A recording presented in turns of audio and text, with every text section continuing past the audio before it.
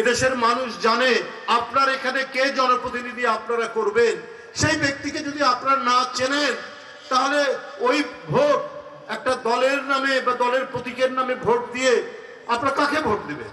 আপনারা তো সেই ব্যক্তিকে ভোট দিবেন যে আপনার সুখে দুঃখে আনন্দ বেদনায় আপনার কাছাকাছি, আপনার পাশাপাশি যারা থেকেছে, আপনারা তাকেই তো ভোট দিবেন। কিন্তু পিআর পদ্ধতিতে সেটা নয়, হয় কোনো দলকে দিতে হবে, নাহলে দলের নামে প্রতীককে, তারপরে কেন্দ্র থেকে বাছাই করে দেবে। তো এইটা তো মানুষ পরিচিত নয় এই ধারণার সাথে, কিন্তু দুই একটি রাজনৈতিক দল এটা নিয়ে একেবারে মানে মামার বাড়ির আবদার শুরু করে দিয়েছে। আমার কথা হলো যে আলোচনা করুন, মানুষ জানুক।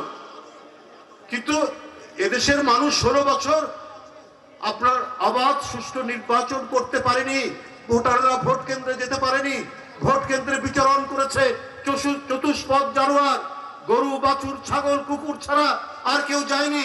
আরে আজকের যারা নতুন প্রজন্ম, যাদের 30 বছর বয়স, তারা ভোট কি জিনিস তারা দেখেনি।